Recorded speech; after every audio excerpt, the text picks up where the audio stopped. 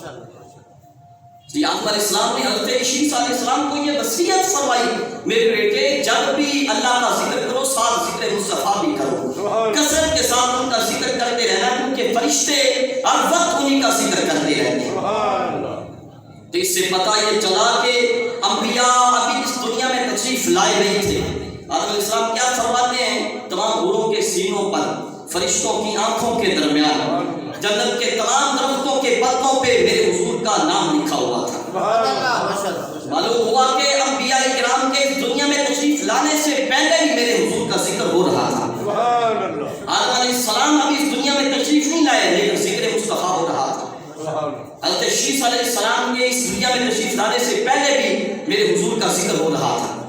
ادریس علیہ السلام ابھی تشریف نہیں لائے، ان کے اس دنیا میں تشریف لانے سے پہلے ذکر مصطفیٰ ہو رہا تھا۔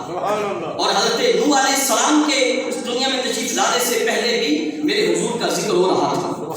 ابراہیم علیہ السلام، اسماعیل علیہ السلام، اسحاق علیہ السلام، یعقوب، حضرت یوسف، حضرت حتیٰ کہ موسیٰ اور عیسیٰ، کل انبیاء اس دنیا میں جو تشریف لائے 1,24,000 کو مبشر نبی اور رسول تشریف لائے، ان کے اس دنیا میں تشریف لانے سے پہلے بھی ذکر مصطفیٰ ہو رہا تھا۔ ایک عاشق پھر بولے اور کہنے لگے بس آہد سی یا احمد سی، ایک گل پسارا کل بنیا۔ جس کو سمجھ آئے وہ زور سے بولے۔ میرا خیال ہے کہ ابھی بہت سارے لوگوں کو سمجھ میں نہیں آیا۔ بس آہد سی یا احمد سی، ایک گل پسارا کل بنیا، یاران یا گلا یار جانن آدم تے پیارا کل بنیا۔